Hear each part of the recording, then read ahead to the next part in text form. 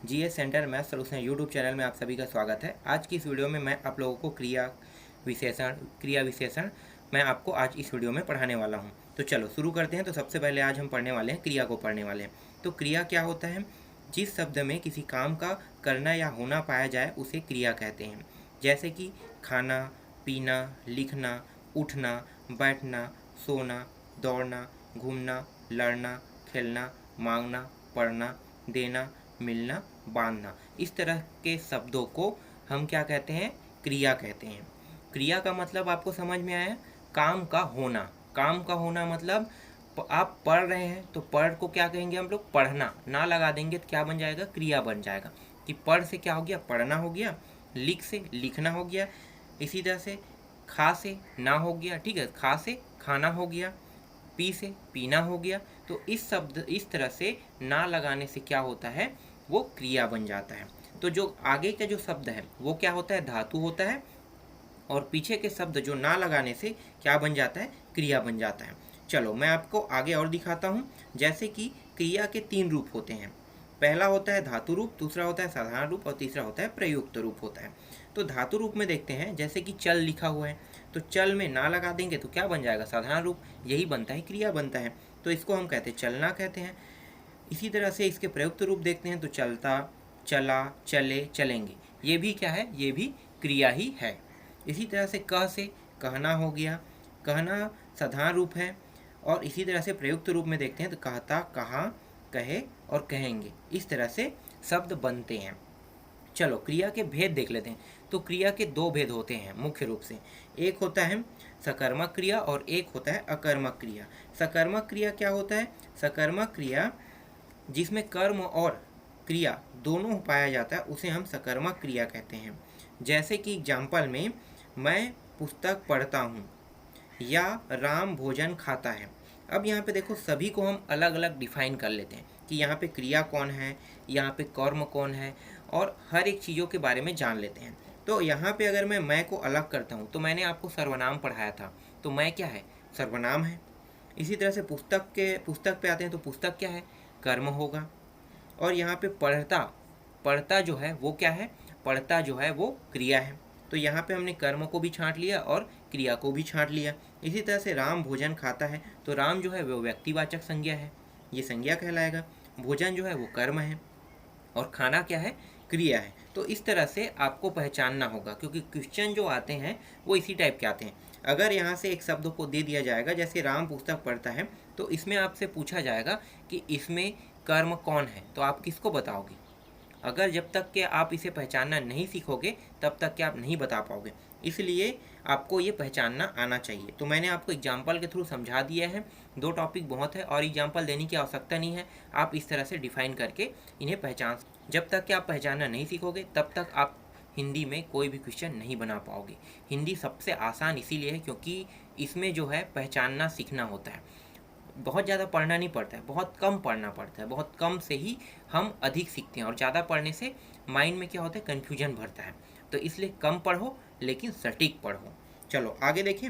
अकर्मक क्रिया में कर्म नहीं होता है, इसमें सिर्फ क्रिया पाया जाता है, तो इसे हम कहते हैं अकर्मक क्रिया कहते हैं। जैसे कि एग्जाम्पल देख लेते हैं। वह सोता है, वे बैठे हैं। तो देखो यहाँ पे वह जो है वो क्या है? सर्वनाम है। सोता है क्या है? क्रिया है। कर्म है क्या यहाँ पे? नहीं है। इसका मतलब क्या है? ये अकर्मक क्रिया है। वे बैठे हैं, वे क्या है? वे जो है वो सर्वनाम है। मैंने आपको सर्वनाम के बारे में बताया था बहुत ही बारीकी से।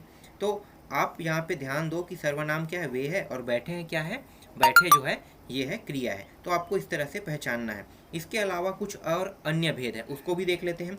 तो क्रिया के कुछ अन्य भेद में देखते हैं। एक होता है सहायक क्रिया। अब ये सहायक क्रिया क्या होता है? तो वाक्य को जो पूर्ण करता है उसे हम सहायक क्रिया कहते हैं। जैसे कि मैं घर जाता हूँ, तो मैं घर जाता हूँ, तो इनमें से सहायक क्रिया कौन होगा? तो देखो, मैं जो है ये सर्वनाम है, घर जो है वो कर्म है, जाता क्या है? क्रिया है, और सहायक क्या हो जाएगा? इसके साथ हु लग गया है, ये होता है सहायक क्रिया। हु लगा के वाक्य को पूरा करता है, इसे हम कहते हैं सहायक क्रिया कहते हैं।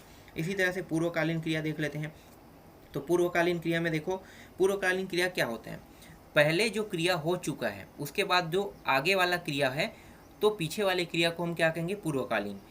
जैसे कि एग्जाम्पल में राम भोजन करके सो गया, तो तो देखो राम जो है पहले क्या किया, भोजन किया।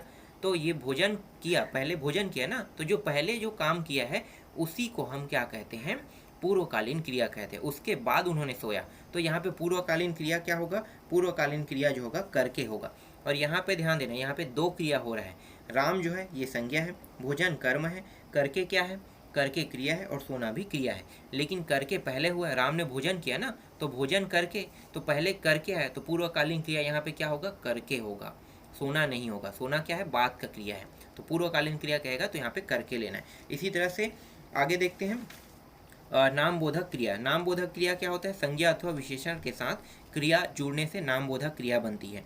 जैसे कि बात से बतियाना, लाश से लजाना।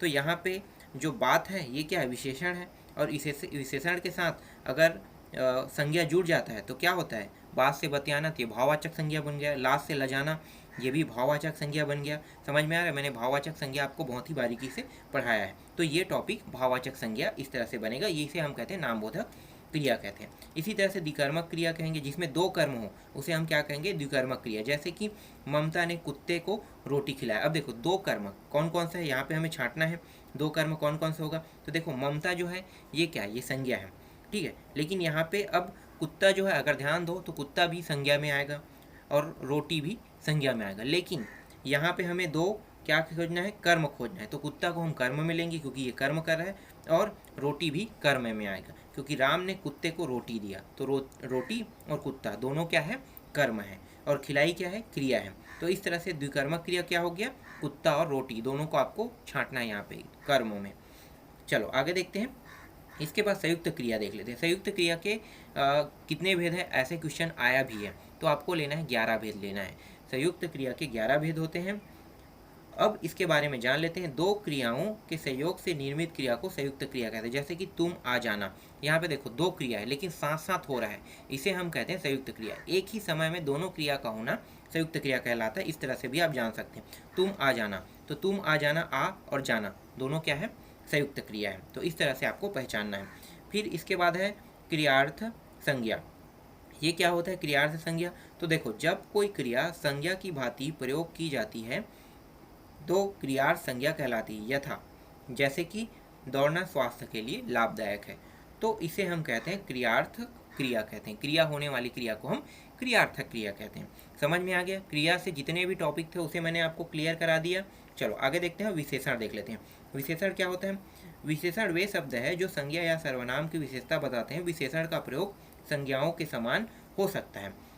जैसे कि इसके बारे में और कुछ जान लेते हैं। जो शब्द विशेषता बताते हैं उसे हम विशेषण कहा जाता है, और जिसकी विशेषता बताई जाती है उसे हम विशेष्य कहते हैं। तो देखते हैं इसमें विशेषण कौन है और विशेष्य कौन है। तो देखो लंबा आदमी गिर गया, तो लंबा जो है वो क्या होगा, वो होगा विशेषण होगा, और आदमी जो है वो क्या होगा, विशेष्य होगा। क्योंकि यहाँ पे आदमी की क्या बता रही है, विशेषता बताई, तो लंबा विशेषण और आदमी जो है विशेष्य हो गया। इस तरह से आपको पहचानना है। चलो आगे देखते हैं। विशेषण मुख्यतः 4 भेद किए गए हैं। विशेषण के मुख्यतः 4 भेद किए गए हैं। तो इनमें से देख लेते हैं। पहला क्या है, गुणवाचक है। गुणवाचक में को आपको कैसे पहचानना है, गुण में कहेगा कि अगर कोई काला है, कोई गोरा है, गोल है, प्रबल है, अच्छा है, इस तरह से रंग है, आकार है, स्वाद है, स्पर्धा है, दशा है, अवस्था है, स्थान है। तो ये सब क्या है, ये सब के सब गुण है। तो ये गुण को दर्शा रहा है, इसे हम कहते हैं गुणवाचक। गुणवाचक विशेषण कहते हैं। इसी तरह से परिणामवाचक, परिणाम बोधक देख लेते हैं। तो परिणाम बोधक में क्या होगा, थोड़ा, बहुत, कम, ये होता है परिणाम होता है। थोड़ा कहना मतलब परिणाम बताना, बहुत कह रहा है तो भी परिणाम बता रहा हूँ, कम कह रहा है तो भी परिणाम बता रहा हूँ। अब इसके भी 2 प्रकार होते हैं। 2 प्रकार में, एक निश्चित एक अनिश्चित। निश्चित मतलब जो फिक्स है, और निश्चित जो है जो फिक्स नहीं है। जैसे कि किलोग्राम, मीटर, ये क्या है, फिक्स है। किलोग्राम मीटर को आपको जानते हो कि इसे नाप सकते हो किलोग्राम मीटर को, लेकिन ढेर सारा कुछ पानी को नाप सकते नहीं कर सकते, ये अनिश्चित का प्रकार है।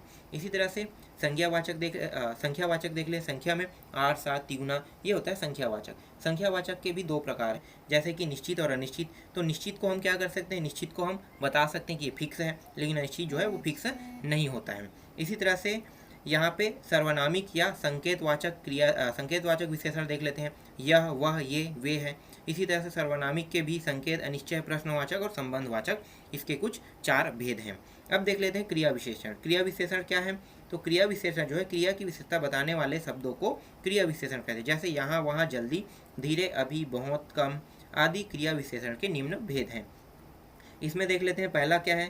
पहला है कालवाचक है। काल का मतलब क्या होगा, अब, अभी, अभी अभी, जब, कब, आज, कल, प्रतिदिन, ये होता है कालवाचक। कालवाचक के 3 भेद हैं, काल बिंदुवाचक, अर्धवाचक और बारंबारता वाचक होता है। तो इस तरह से इसके 3 भेद हो गए। इसी तरह से स्थानवाचक, यहाँ, वहाँ, कहाँ, ऊपर, नीचे, भीतर, इसके 2 है, स्थितिवाचक और दिशावाचक। प्रकारवाचक, क्यों, कैसे, ठीक ठाक, अचानक, शीघ्र। इसके बाद परिणामवाचक, थोड़ा बहुत, इतना, कितना। स्वीकार बोधक, अवश्य, हाँ, अच्छा, भला। निषेधवाचक, नहीं, मत, ना। तो इस तरह से आपको ये पहचानना है। तो ये सारे टॉपिक आपको याद होना चाहिए, तभी आप सेंस कर सकते हैं। नेक्स्ट वीडियो में मैं आपको इससे रिलेटेड कुछ IMP क्वेश्चन बताऊंगा कि आप उन प्रश्नों को कैसे बना सकते हैं।